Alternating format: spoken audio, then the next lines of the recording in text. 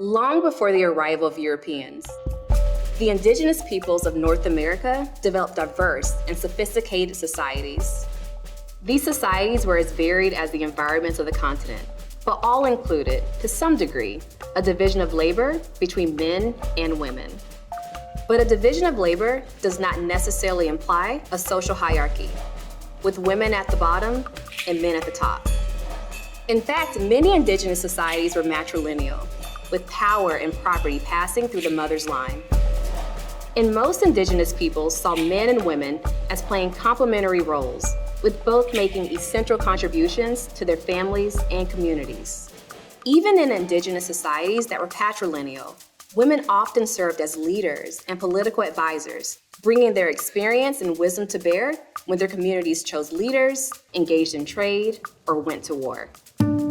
The story of Pocahontas shows just how active women were in indigenous government. The daughter of the Algonquin leader Powhatan, Pocahontas is best known for her somewhat surprising role as the intermediary and ambassador between her people and the English colonists who arrived in the Chesapeake region in 1607. In her own time, her involvement in diplomacy was not as unusual as we might think. The Powhatan were matrilineal, and it was common for women to serve as chiefs or members of tribal councils.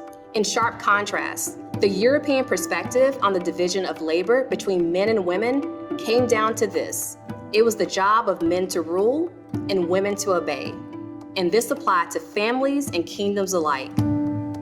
Just as kings were the fathers of their nations, fathers were the rulers of their families.